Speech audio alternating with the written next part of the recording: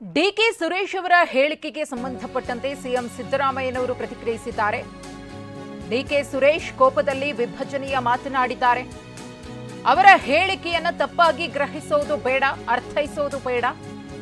Hampi ಹೆಲಿಪ್ಯಾಡ್ನಲ್ಲಿ CM ಸಿದ್ದರಾಮಯ್ಯನವರ ಹೇಳಿಕೆ ಇದು. ಕೇಂದ್ರ ಬಜೆಟ್ನಲ್ಲಿ ಕರ್ನಾಟಕಕ್ಕೆ ಅನ್ಯಾಯವಾಗಿದೆ. ಇನ್ನು ಫೆಬ್ರವರಿ 7ರಂದು ದೆಹಲಿಯಲ್ಲಿ ಪ್ರತಿಭಟನೆಯನ್ನ ಮಾಡ್ತೇವೆ.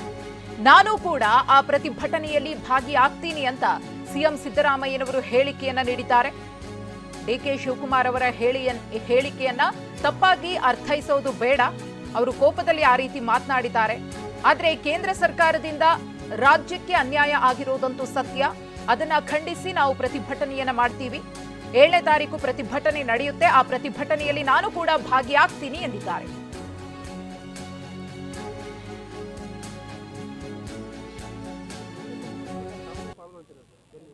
ದೆಹಲಿ ಪ್ರತಿಭಟನೆ ತಾವುಗಳು ಪಾಲ್ಗೊಳ್ತೀರಾ? ದೆಹಲಿ ಪ್ರತಿಭಟನೆ 7ನೇ ತಾರೀಕು ಪ್ರತಿಭಟನೆ ತಾವುಗಳು ಪಾಲ್ಗೊಳ್ತೀರಾ? ದೆಹಲಿ ಪ್ರತಿಭಟನೆ 7ನೇ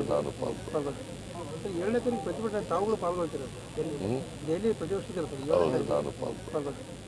7ನೇ ತಾರೀಕು ಪ್ರತಿಭಟನೆ ತಾವುಗಳು ಪಾಲ್ಗೊಳ್ತೀರಾ? ದೆಹಲಿ ಪ್ರತಿಭಟನೆ 7ನೇ ತಾರೀಕು ಪ್ರತಿಭಟನೆ ತಾವುಗಳು ಪಾಲ್ಗೊಳ್ತೀರಾ? ದೆಹಲಿ ಪ್ರತಿಭಟನೆ 7ನೇ ತಾರೀಕು ಪ್ರತಿಭಟನೆ ತಾವುಗಳು ಪಾಲ್ಗೊಳ್ತೀರಾ? ದೆಹಲಿ ಪ್ರತಿಭಟನೆ 7ನೇ ತಾರೀಕು ಪ್ರತಿಭಟನೆ ತಾವುಗಳು ಪಾಲ್ಗೊಳ್ತೀರಾ? ದೆಹಲಿ ಪ್ರತಿಭಟನೆ 7ನೇ ತಾರೀಕು ಪ್ರತಿಭಟನೆ ತಾವುಗಳು ಪಾಲ್ಗೊಳ್ತೀರಾ? ಬಹುಶಃ ಕೋಪದಿಂದ ಹೇಳಿರಬೇಕು. ಉದ್ದೇಶ ಅದಲ್ಲ. ಉದ್ದೇಶ ಆ ಥರ ನಮಗೆ ದಕ್ಷಿಣ ಭಾರತ ಬೇರೆ ರಾಷ್ಟ್ರ ಬೇಕು ಅಂದರೆ ದೇಶ ಅಖಂಡವಾಗಿರಬೇಕು.